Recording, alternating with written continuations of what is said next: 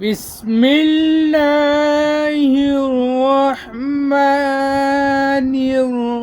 الرحيم. إذا جاء نصر الله والفتح ورأيت الناس يدخلون في دين الله أفواجا